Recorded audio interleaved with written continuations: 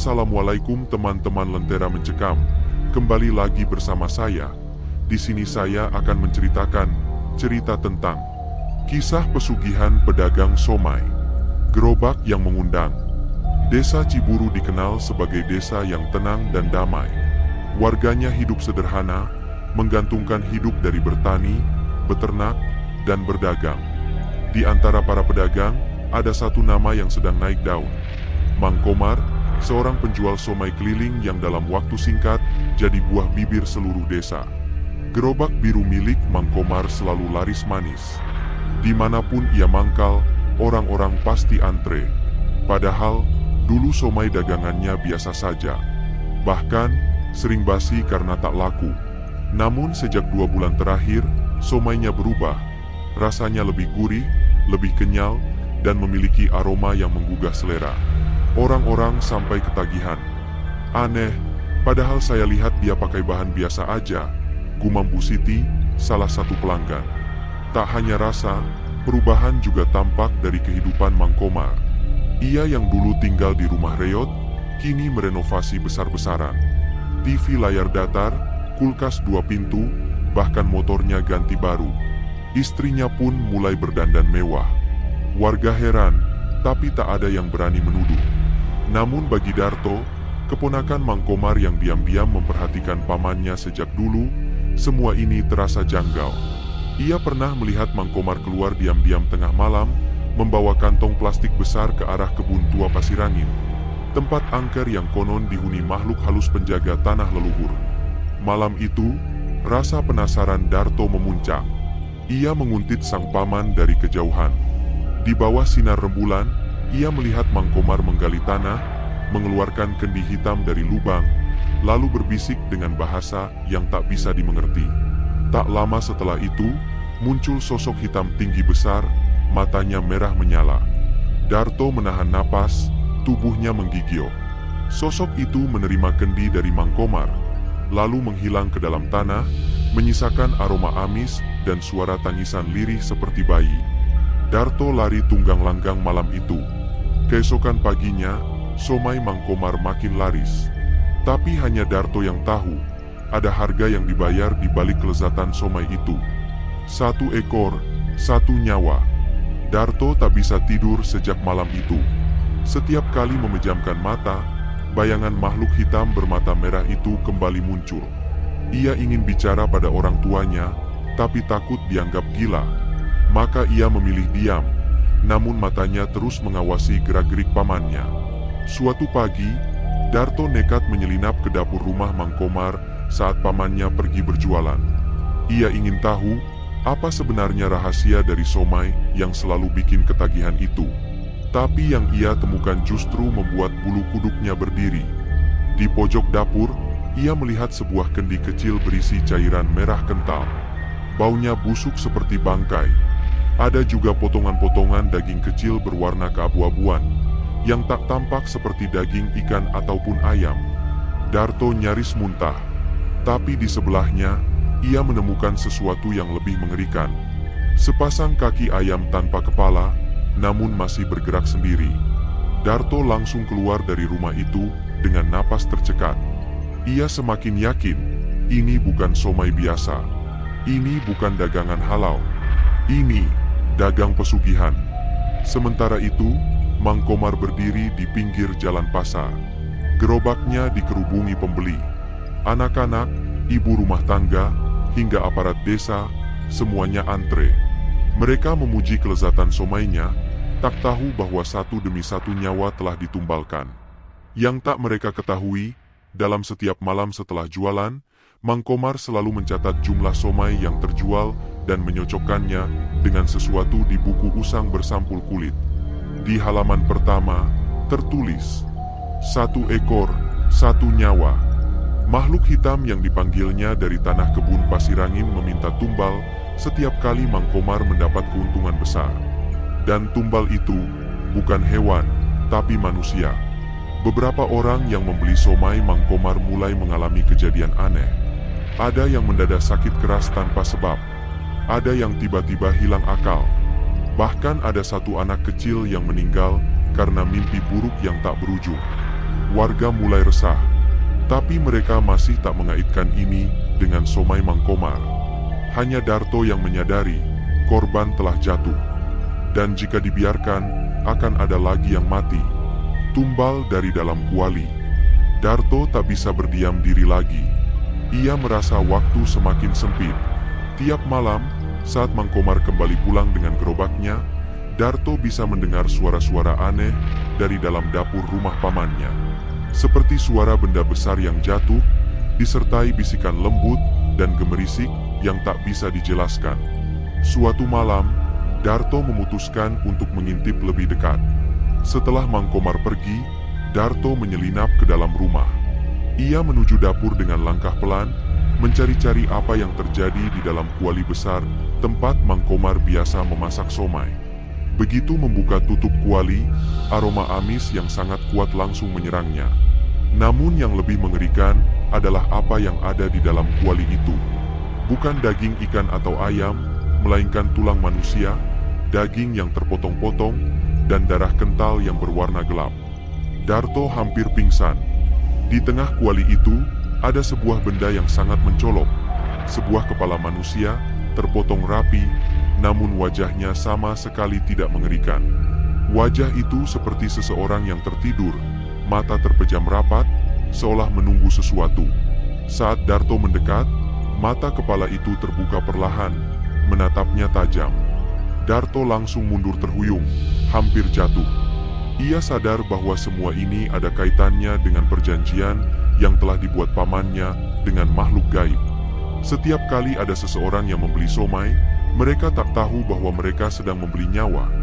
Dan kuali itu adalah tempat di mana nyawa yang dipersembahkan dimasak bersama daging yang diolah menjadi somai. Saat itu, Darto mendengar suara langkah kaki Mang Komar yang mendekat. Ia bergegas keluar dari dapur dan bersembunyi di balik lemari, berusaha mengatur napas. Mang Komar masuk tanpa menyadari kehadirannya. Dengan langkah pelan, Mang Komar membuka tutup kuali. Ia memeriksa daging yang sedang dimasak, kemudian berbisik, "Satu tumbal lagi." Darto terkejut. Ia tahu, malam ini, Mang Komar pasti akan kembali keluar malam untuk menggali tanah dan melakukan pemanggilan untuk meminta lebih banyak tumbal. Suara dari bawah tanah. Malam itu, Darto memutuskan untuk melakukan hal yang sangat berisiko. Ia tidak bisa tinggal diam. Selama ini, ia hanya menjadi saksi bisu dari segala kejadian aneh yang terjadi di sekitar Mang Komar. Tapi kini, ia tahu bahwa tak ada lagi waktu untuk ragu. Jika ia tidak melakukan sesuatu, maka lebih banyak orang akan jadi korban. Setelah Mang Komar meninggalkan rumah untuk berjualan, Darto memberanikan diri untuk menyusuri jalan setapak menuju kebun tua Pasirangin. Tempat di mana ia pernah melihat paman yang menggali tanah dan memanggil makhluk besar. Malam itu, tanah di sana terasa sangat gelap dan mencekam. Suara angin malam terdengar seperti bisikan, membawa sesuatu yang menakutkan. Darto memperhatikan sekeliling dengan cemas, merasakan kehadiran sesuatu yang tak terlihat, namun dapat dirasakannya. Begitu sampai di tempat yang ia maksud, ia melihat bekas-bekas tanah yang sudah digali, serta beberapa kendi yang tertanam di dalam tanah. Beberapa dari kendi itu sudah pecah, dan di dalamnya Darto menemukan potongan-potongan daging yang masih basah dan mengeluarkan bau amis. Lalu, dari dalam tanah, terdengar suara halus. Seperti suara orang yang berbisik, namun tak jelas bahasanya. "Tumbalkan, tumbalkan lagi." Darto mendekat, dan saat itu, tanah yang semula padat mulai bergolak. Sebuah tangan hitam yang besar muncul dari dalam tanah, menjulur keluar dengan cepat, mencengkram sebatang pohon. Suara gemeretak dari bawah tanah makin keras, semakin mengerikan. Darto berlari mundur, berusaha untuk kabur, tetapi tanah di bawahnya mulai bergetar hebat, menghalangi langkahnya. Suara yang terdengar semakin dekat itu kini terasa seperti perintah yang tidak bisa ia hindari. "Satu lagi, satu lagi." Suara itu berteriak. Tiba-tiba, dari dalam tanah muncul sosok besar yang menakutkan. Sosok itu bercahaya, dengan mata merah menyala, berbentuk manusia besar yang tubuhnya dipenuhi oleh tanah dan akar-akar yang menjalar kemana-mana. Makhluk itu menatap Darto dengan penuh amarah, seperti menunggu perintah. Di sana, Darto menyadari sesuatu yang mengerikan. Makhluk itu tak hanya datang untuk meminta tumbal, tapi ia juga adalah penjaga dari kesepakatan yang dibuat Mangkomar. Setiap kali Mangkomar mendapatkan keuntungan besar, makhluk itu datang untuk menagih apa yang dijanjikan. Darto merasa cemas dan ketakutan. Ia tahu, jika ia tidak segera mengungkapkan rahasia ini kepada orang lain, maka lebih banyak nyawa akan melayang, termasuk nyawanya sendiri. Satu pilihan, satu kehidupan. Darto berdiri tegak di hadapan makhluk raksasa itu, tubuhnya gemetar. Suara dari bawah tanah semakin keras, seakan-akan dunia di sekelilingnya semakin sempit. Makhluk besar itu bergerak perlahan, merangkak keluar dari tanah dengan wajah yang semakin jelas terlihat. Kulit hitamnya bercampur dengan akar pohon, dan matanya yang merah menyala menatap Darto dengan penuh kebencian. "Apa yang kau inginkan, manusia?" Suara makhluk itu bergema di udara malam, seolah menyentuh tulang Darto. Ia merasa tubuhnya lemas, hampir tak mampu bergerak. Darto hanya bisa menelan ludah, matanya melirik sekitar. Ia tahu ini adalah titik kritis. Semua yang terjadi selama ini, keuntungan besar yang didapat Mangkomar, somai yang selalu laris, semua itu berhubungan dengan makhluk ini. Aku harus berhenti semuanya," kata Darto dengan suara gemetar, meski ia sendiri tidak yakin bisa melakukannya. "Aku akan menghentikan ini. Aku akan membongkar semuanya." Makhluk itu tertawa, namun suaranya terdengar lebih seperti teriakan mengerikan. "Kau tidak bisa menghentikan kesepakatan ini, anak manusia. Setiap janji harus ditepati. Tumbal harus diberikan. Satu ekor, satu nyawa." Darto merasa terpojok. Ia tahu makhluk ini tidak akan membiarkannya pergi begitu saja. Begitu banyak nyawa yang telah melayang untuk memenuhi janji itu.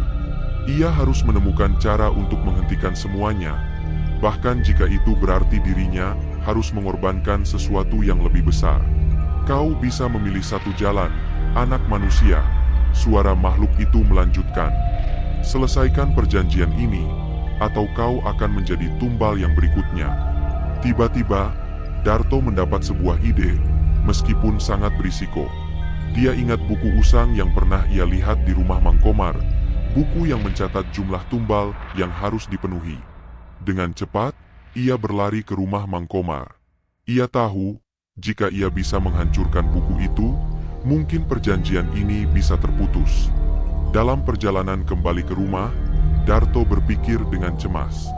Apa yang akan terjadi jika ia gagal? Apakah hidupnya akan berakhir malam itu juga? Namun, ia juga tahu bahwa jika ia tidak bertindak sekarang, lebih banyak nyawa yang akan hilang. Saat Darto sampai di rumah Mangkomar, ia langsung menuju ke ruang belakang tempat buku itu disimpan. Dengan gemetar, ia membuka lemari dan menemukan buku yang ia cari. Begitu membuka halaman pertama, ia membaca sebuah kalimat yang menakutkan. Janji harus dipenuhi. Jika tidak, si pembuat perjanjian akan terima akibatnya. Semua yang dipilih untuk tumbal akan dibayar dengan nyawa. Darto tidak punya pilihan lain. Ia memutuskan untuk membakar buku itu. Sebuah keputusan yang sangat berbahaya, karena jika perjanjian itu benar-benar terputus, makhluk itu akan datang untuk menuntut ganti rugi. Darto menyalakan api dengan secari kertas yang ia ambil dan melemparkannya ke dalam buku. Api mulai merembet, membakar halaman demi halaman, sementara suara gemuruh dari luar rumah semakin keras, seolah makhluk itu mulai merasakan apa yang sedang terjadi. Api yang membakar jiwa. Api mulai merembet lebih cepat dari yang Darto kira. Ketika lembaran-lembaran buku yang dibakar mulai mengeluarkan asap hitam, bau busuk menyebar ke seluruh ruangan. Darto merasa udara di sekitarnya semakin panas, dan gemuruh yang datang dari luar rumah semakin kuat, seakan-akan makhluk yang ada di kebun pasir angin itu merasakan kehancuran dari perjanjian yang sudah berjalan begitu lama. Darto mundur ke belakang, berusaha untuk melarikan diri, namun tubuhnya terasa terjepit oleh hawa panas yang semakin memekakkan telinga. Sesaat, ia mendengar suara langkah kaki berat yang semakin mendekat. Makhluk itu datang. Ia merasa bahwa ia sudah terlambat dan ia akan menerima konsekuensi dari tindakannya. Namun Darto tidak bisa mundur lagi. Dengan napas yang terengah-engah, Darto berlari keluar dari rumah Mangkomar. Ketika ia mencapai jalan utama, ia menoleh ke belakang. Sosok besar yang mengerikan itu muncul di ambang pintu, tubuhnya menjulang tinggi, dipenuhi oleh tanah dan akar pohon yang hidup. Matanya menyala merah, dan tatapannya penuh kebencian. "Kau tidak akan bisa melarikan diri, anak manusia." Suara makhluk itu menggema keras, menggetarkan tanah. Namun, tiba-tiba Darto mendengar suara dari dalam dirinya yang tidak pernah ia dengar sebelumnya. Suara yang seperti datang dari dalam kegelapan. "Bakar semuanya," suara itu berbisik. Darto tidak tahu dari mana suara itu datang, tapi instingnya menuntunnya untuk berlari menuju kebun pasir angin, tempat makhluk itu berasal. Ia tahu, satu-satunya cara untuk menghentikan semuanya adalah dengan menghancurkan sumber dari kekuatan pesugihan itu, kebun pasir angin. Dengan sisa tenaga yang ada, Darto berlari menembus kegelapan malam. Setiap langkahnya terasa semakin berat, namun suara bisikan itu terus terdengar, seolah mendorongnya maju. Saat ia tiba di kebun pasir angin, ia melihat tanah yang mulai bergerak, seakan-akan makhluk itu siap untuk mengambil alih dirinya. Darto berlutut di tengah kebun, memandangi tanah yang bergolak. "Satu jalan ini saja yang tersisa," gumamnya. Dengan tangan gemetar, Darto menggali tanah di sekelilingnya. Ia tahu apa yang harus dilakukan. Ia harus menghancurkan apa yang ada di dalam tanah itu, tempat di mana segala kekuatan pesugihan itu berasal. Tiba-tiba, tangannya merasakan sesuatu yang keras dan dingin. Ia menggali lebih dalam, hingga akhirnya ia menemukan sebuah kendi besar yang dipenuhi dengan cairan merah kental. Di atas kendi itu tertulis sebuah tulisan kuno yang tidak Darto mengerti, namun ia merasa tahu bahwa inilah inti dari perjanjian itu. Ini adalah sumber dari kekuatan yang telah mengikat Mangkomar pada makhluk itu.